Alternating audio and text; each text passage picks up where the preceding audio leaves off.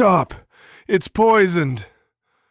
The words exploded from her throat as Amara Jones, a black waitress drowning in medical debt, snatched the crystal glass from the tattooed hand of Kang Ji-hoon, known to everyone as Hawk, one of the most feared Korean Mafia bosses in the city. The baccarat tumbler flew through the air in slow motion, amber whisky catching the chandelier light like liquid gold before it shattered against Italian marble. 14 guns emerged from 14 holsters, all pointed at her head. The metallic clicks of safeties being released sounded like her daughter's death sentence being signed in real time. She had just saved the life of a monster, and she had 3 seconds to explain why before they painted the floor with her blood. But here is what no one in that luxury restaurant knew. 3 weeks earlier, this same mafia boss had secretly paid $15,000 for her 6-year-old daughter's leukemia treatment. $47,000 per month to keep a child alive, and Amara was 3 months behind, working 14-hour shifts in a world where she was designed to be invisible. One act of unexpected kindness from a man who supposedly had no kindness left. And now, she had just returned the favor in the most dangerous way possible. But what she did not know, what she could not have known, was that the man she saved was not the real threat. The real betrayal was standing right beside him, wearing the face of loyalty, waiting 12 years for the perfect moment to strike. What happened next would expose a web of deception so deep that saving Hawk's life once would not be enough. She would have to do it twice, and the second time, the cost would be unimaginable. Before we begin this story, comment below where you're watching from and what time it is there. If stories of karma, love, and hidden truths move you, don't forget to subscribe to the channel. The rain hammered against the crystal windows of Lotus Noir that Thursday evening, each drop a metronome, counting down to something no one could yet see coming. Inside, beneath the glow of Italian chandeliers worth more than most houses, the wealthy and the dangerous pretended they were simply dining. Amara Jones moved through the restaurant like a ghost, invisible. That was the unspoken requirement of her profession. Be present but unseen. Serve but do not exist. For 14 hours each day she performed this vanishing act. Her mind split between the choreography of perfect service and the crushing arithmetic of medical debt. $47,000 per month. That was the price of keeping her 6-year-old daughter Zoe alive. The experimental treatment for acute lymphoblastic leukemia offered hope. But hope in America came with invoices. Amara was 3 months behind. The oncology center had been kind, but kindness had limits. Pay or Zoe exits the program. 4 months without treatment, the doctors said, and then there would be nothing left to treat.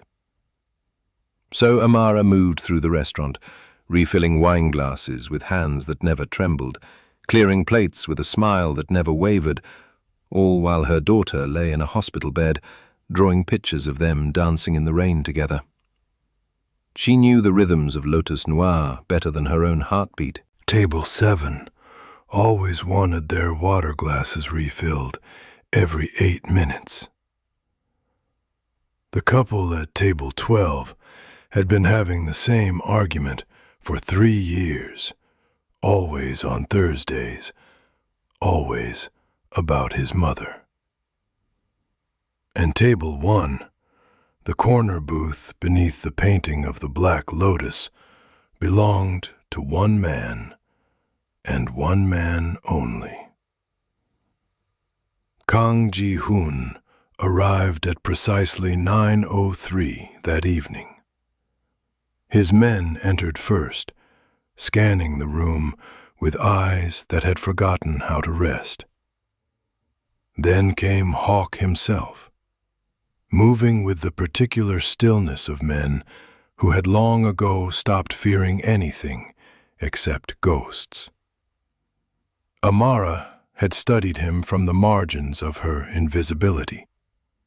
The tailored suits that cost more than her yearly rent. The tattoos crawling up his neck like ancient warnings written in flesh. The way other men lowered their eyes when he passed. Power radiated from him like heat from asphalt in summer. But she had also seen other things. Small fractures in the armor. The way he always sat facing the door. How he never ate anything until someone else tasted it first. The photographs he sometimes looked at when he thought no one was watching, his expression transforming into something that looked almost like grief. 3 weeks ago, something impossible had happened. Amara had returned from her shift to find an envelope in her employee locker. No name, no note. Just $15,000 in cash, exactly what she needed to keep Zoe in treatment for another month. She had stood in that cramped staff room, hands shaking, wondering if this was a mistake, a test, a trap. But the money had been real, and Zoe's treatment had continued. The next day, she had overheard 2 of Hawk's security guards talking in the service corridor. The boss paid the hospital bill for the waitress with the sick kid. Said loyalty starts with taking care of your people. Amara had pressed herself against the wall, heart thundering. He knew about Zoe. He knew about her. She was not as invisible as she had believed. That knowledge changed nothing and everything. She still served his table. Still refilled his water glass with the same practiced efficiency. But now, when their eyes accidentally met across the expanse of the dining room, she no longer looked away quite as quickly. Tonight followed the ritual it always did. Marcus, the head sommelier who had been with Hawk for 15 years, prepared the pre-dinner whiskey. Macallan 1926, poured into baccarat crystal that caught the light like captured amber. This was the ceremony that preceded every meal, the small moment of stillness before business began. Amara was clearing table 7 when she glanced toward the bar and saw Marcus preparing the tray. Something in his movement made her pause. The human brain processes patterns faster than conscious thought, and hers had been trained by necessity to read the smallest deviations in behavior. Marcus's hand trembled, just slightly, just enough. His nostrils flared twice in rapid succession. He swallowed hard, Adam's apple bobbing with something that looked like fear, or relief, or both. And then, with movements so small they might have been imagined, he added 3 drops from a tiny glass vial into the crystal decanter. His hands stopped shaking immediately. He smiled. It was the smile of a man who had just completed a terrible task and survived it. Amara felt the blood drain from her face. Amara stepped back behind the marble column, her breath coming in short, silent gasps. Her mind raced through impossible calculations. Marcus had been with Hawk longer than she had been working at Lotus Noir, longer than most of the guards had been alive. He was the trusted one, the constant, the man who knew every preference, every routine, every vulnerability. And he had just poisoned the whiskey. She pressed her palm against the cool stone, trying to steady herself. This was not her problem. This was not her world. She was a waitress, a mother, a woman drowning in medical debt who had finally been thrown a rope. Getting involved would cut that rope. Getting involved would destroy everything. The rational choice was obvious. Turn around, walk to the kitchen, finish her shift, go home to Zoe, pretend she had seen nothing. Across the dining room, Hawk settled into his booth.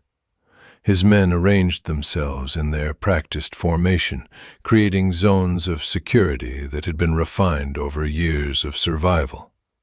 Marcus approached with the tray, the crystal decanter gleaming under the lights like a beautiful lie.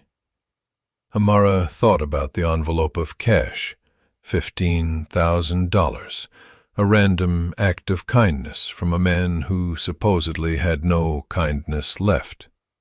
Or perhaps not random at all. Perhaps he had seen her, truly seen her, in a way no one else in this city of millions ever had.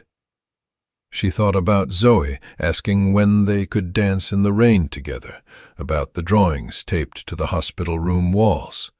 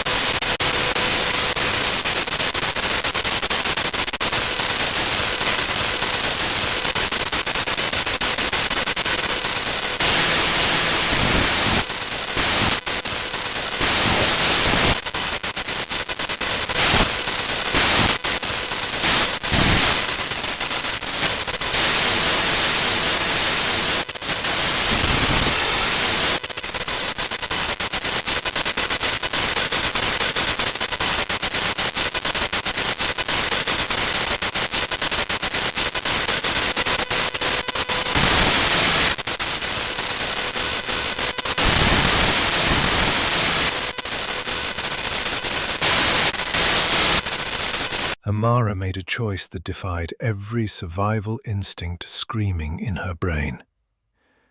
She ran. Her shoes clicked against marble like gunshots. Heads turned. Conversations stopped.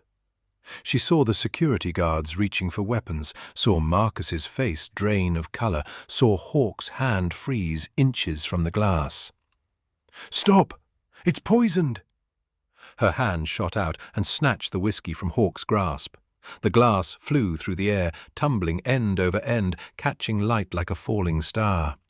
It exploded against the floor in a shower of crystal shards and toxic amber, the sound impossibly loud in the sudden silence.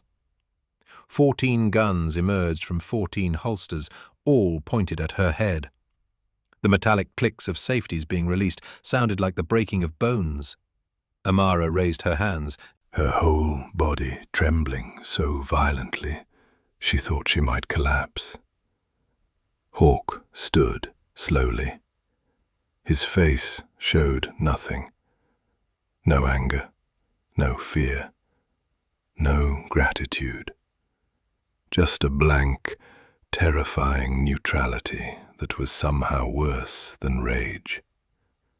When he spoke, his voice was quieter than a whisper and more dangerous than a scream. "Explain.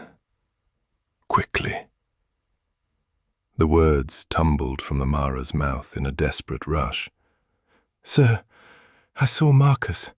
He put something in the decanter, 3 drops from a small vial. His hands were shaking before, but after he did it, they stopped. He looked relieved. I swear I am telling the truth." Every eye in the restaurant turned to Marcus. The sommelier stood frozen, tray still in his hands, the empty decanter catching the light like evidence of betrayal made manifest. His face had gone the color of old paper, but he recovered quickly. Years of practice, smoothing his features into an expression of wounded innocence. Sir, this is insane. I have served you faithfully for 15 years. 15 years. This woman, this waitress, she has been here barely 3 months. She is probably trying to get attention, or someone paid her to cause chaos, or Min-jun. Hawk's voice cut through the explanation like a blade through silk. Test the whiskey. Min-jun, the second in command, whose loyalty had been forged in blood over 12 years, moved forward. He collected the spilled liquid from the floor with a clean glass, added a chemical reagent from the small kit he always carried. The liquid turned bright neon green. Cyanide. The restaurant erupted into controlled chaos. Marcus tried to run. He managed 3 steps before 2 guards tackled him to the ground. He screamed, the words pouring out in a torrent of terror and justification. They have my family, the Yakuza. They said they would kill my wife and children if I did not do this. Please, you have to understand, they gave me no choice. They said... The gunshot was almost polite in its brevity. A single crack, then silence. Marcus stopped moving. Amara screamed before she could stop herself, her hands flying to cover her mouth. The body lay sprawled on the pristine marble, blood pooling in patterns that looked almost decorative against the white stone. 2 guards dragged Marcus away as casually as if removing broken furniture, leaving only crimson smears to mark where he had fallen. Hawk methodically cleaned his ring with a silk handkerchief, the motion practiced and eerily calm. When he looked at Amara, it was as if he was seeing her for the first time. Not as a waitress, not as furniture, but as a person who had just altered the trajectory of his life. Your name? Amara. Amara Jones, sir. He tested the sound, letting it roll through the silence. Amara, you saved my life. Why? She could not tell him about the money. That would reveal she had been paying attention, listening, existing when she was supposed to be invisible.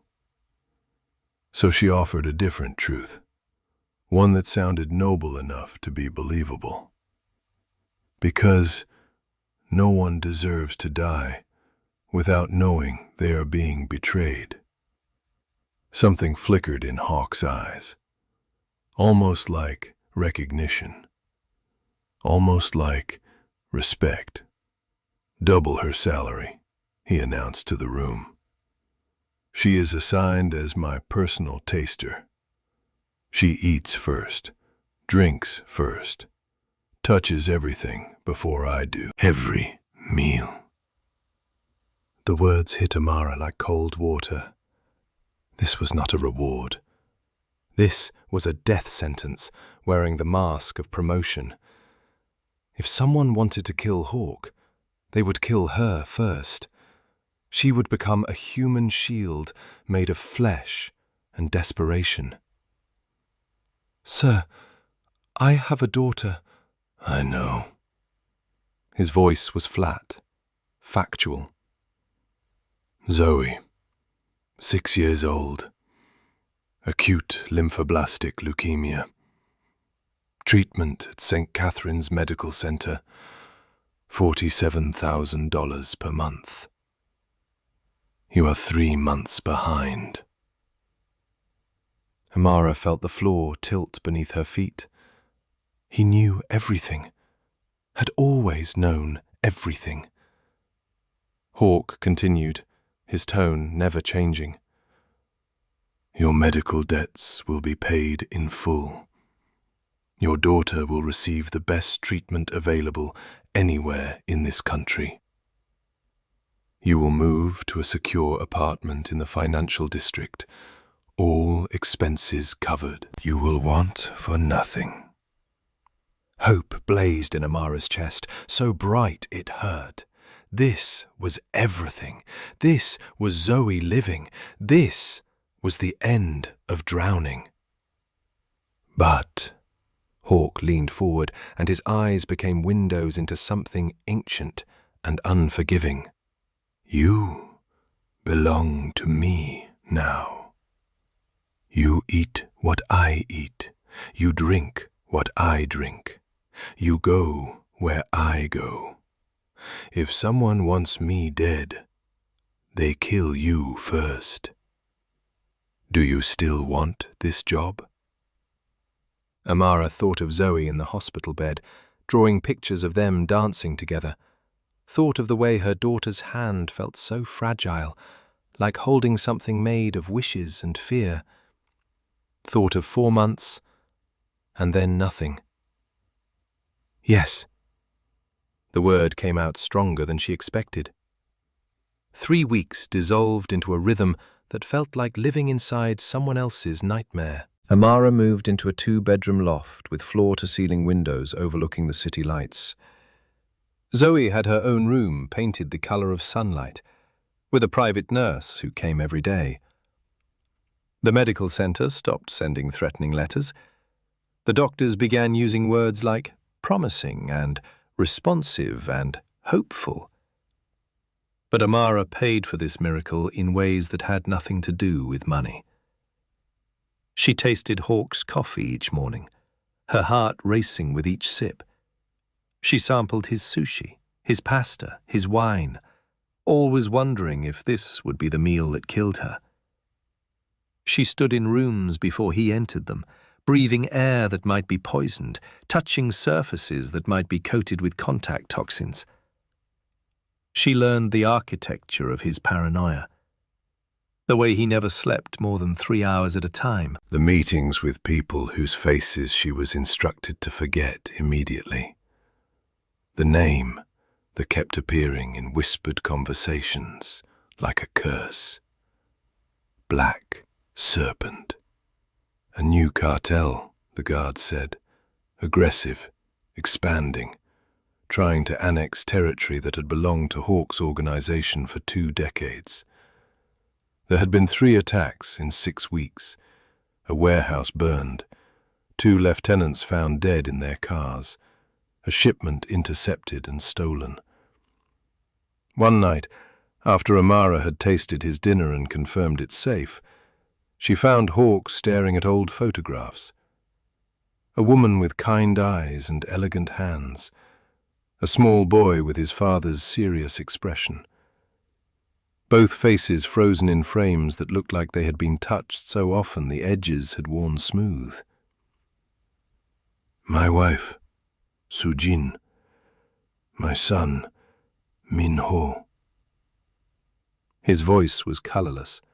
Drained of everything, except a grief so old it had turned to stone. Car bomb. 8 years ago. It was meant for me. They died because someone sold my location to my enemies. Amara understood then. This was not paranoia.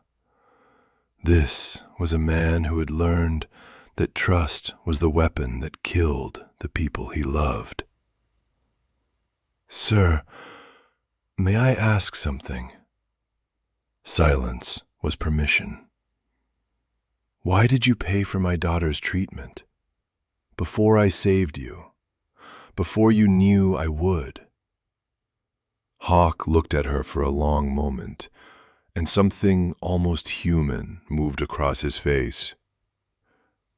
Because you reminded me of Soo-jin. She worked 3 jobs to support me when I was nothing, when I had only my fists and my anger, and no future worth speaking of.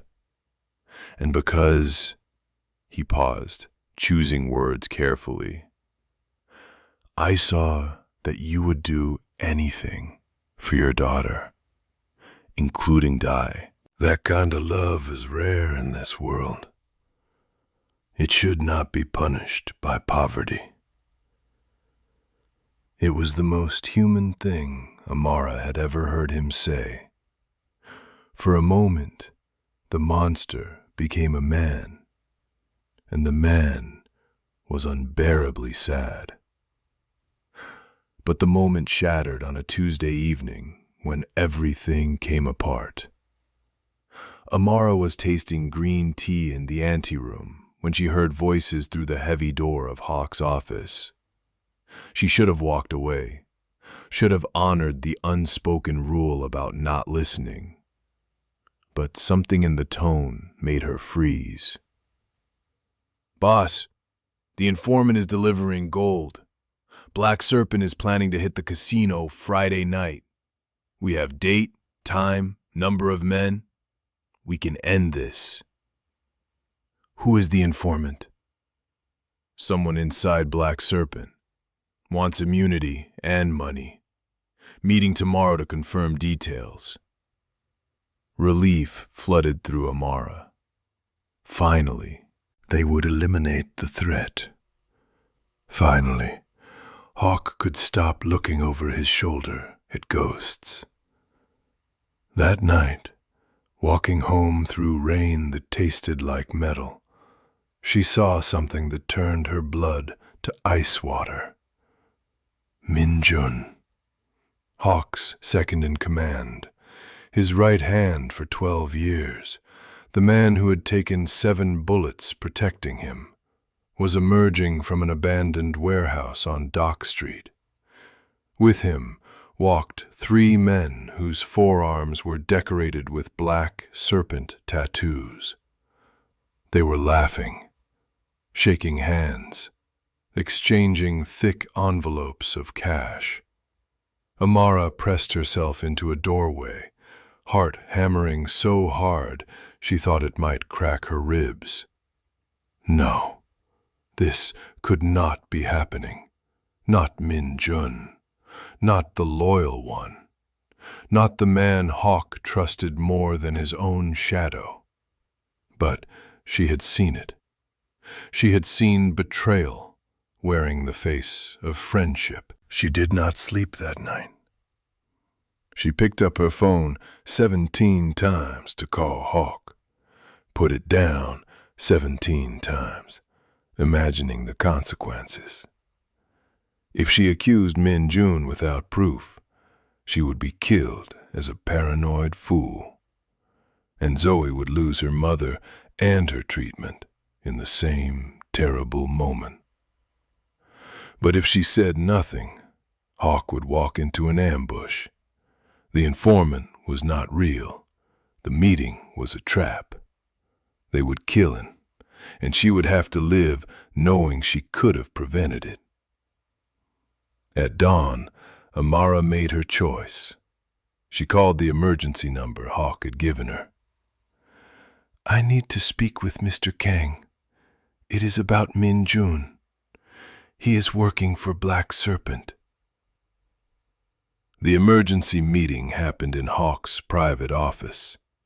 Present were Hawk himself, Amara, Min-jun, and 4 guards whose loyalty had been tested in blood. The air was thick with tension that felt like breathing broken glass.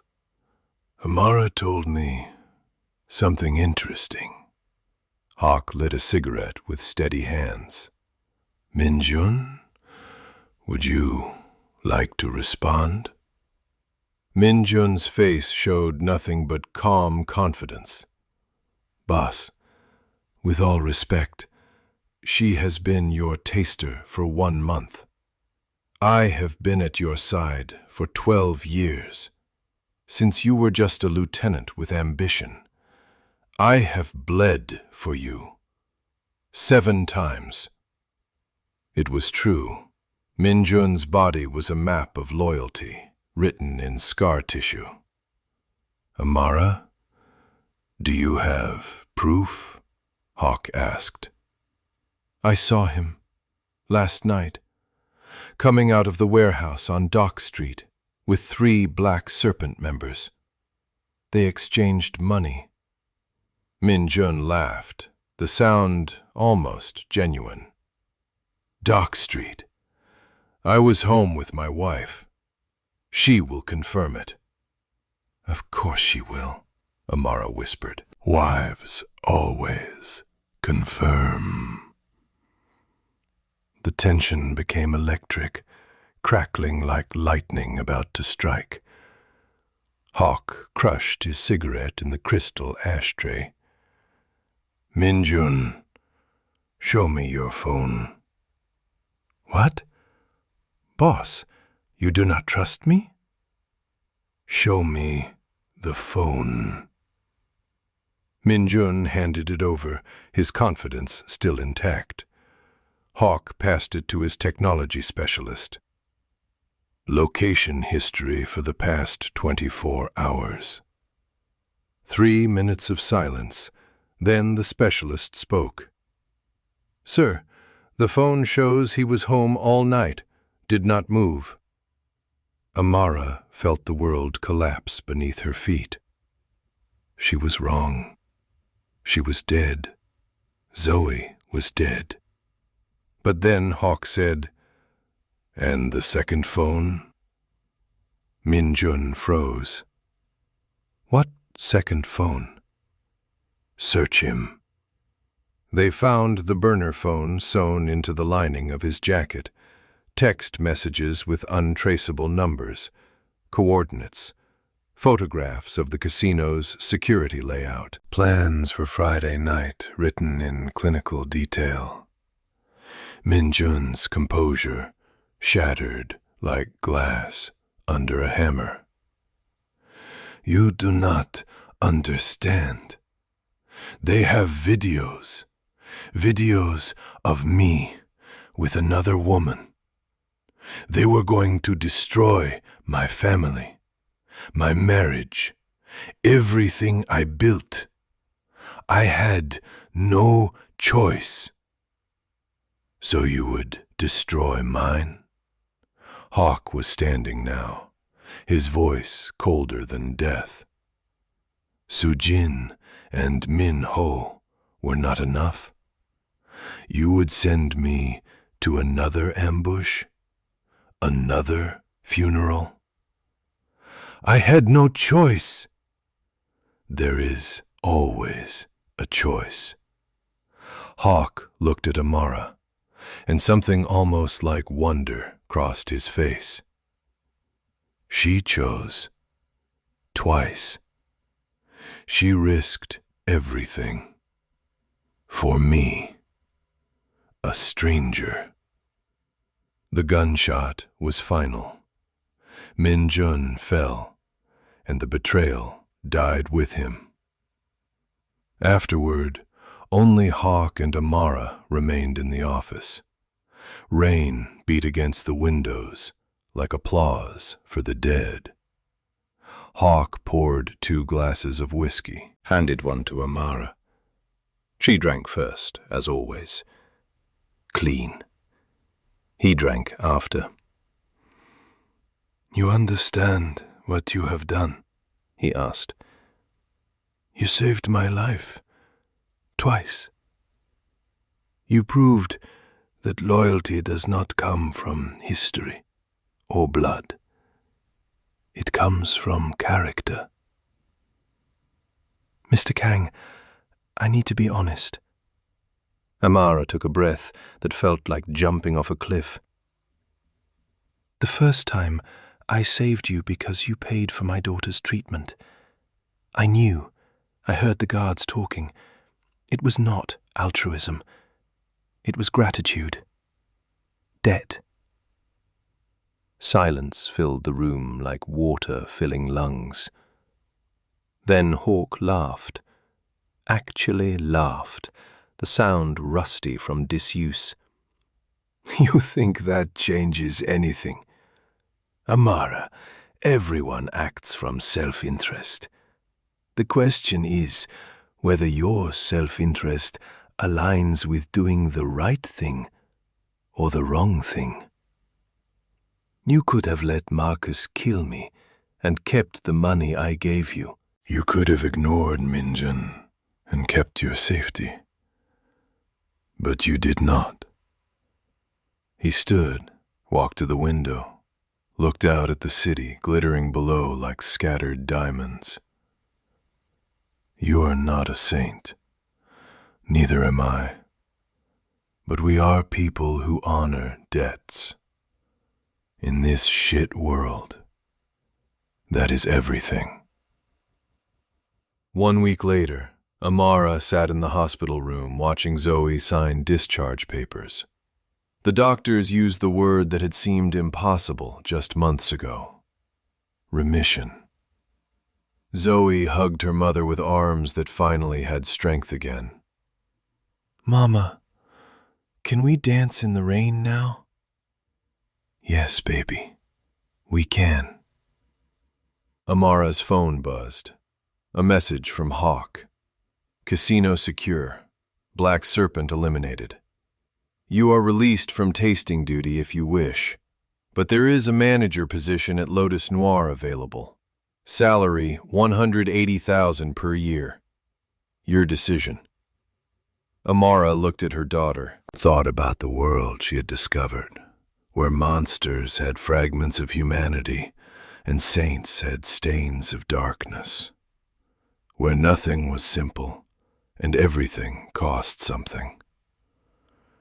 She typed back, I accept, but one condition: no more poison tasting. I have had my fill. The response came immediately. Agreed. Welcome to the family. Amara did not know if she had made the right choice, did not know if Hawk was redemption or damnation walking in expensive suits. But she knew one truth that mattered more than certainty. She had chosen to live in a complex world of grays rather than die in an illusion of black and white.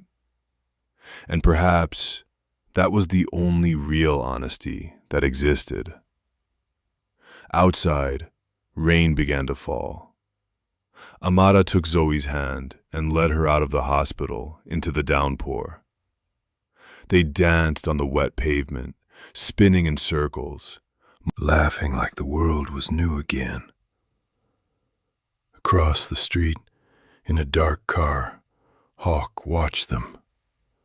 He lit a cigarette and smiled, an expression his face had forgotten how to make for 8 long years. He looked at the photograph of Soo-jin and Min-ho on his dashboard. Maybe there is still goodness in this world, he whispered to the ghosts. Maybe I deserve to witness it. He drove away into the rain, leaving behind 2 figures dancing in the storm, alive against all odds, choosing joy in a world that offered mostly sorrow. The story ended not with justice or vengeance, but with something far more radical. 2 broken people deciding that survival was not enough, that perhaps in saving each other, they had saved something worth more than safety. They had saved the possibility of hope. If this story moved you, pause for a moment and reflect. Have you ever been invisible to someone, only to become the most important person in their life when they needed you most? Have you ever had to choose between what's safe and what's right, knowing that one choice could save a life and the other could destroy your own? Have you ever discovered that the monsters we fear sometimes carry pieces of humanity, while the people we trust can hide the darkest betrayals? Share your experiences and feelings in the comments. We read every single one. And if you believe in stories about redemption, loyalty, and the courage to do right in a world of wrongs, don't forget to subscribe to the channel.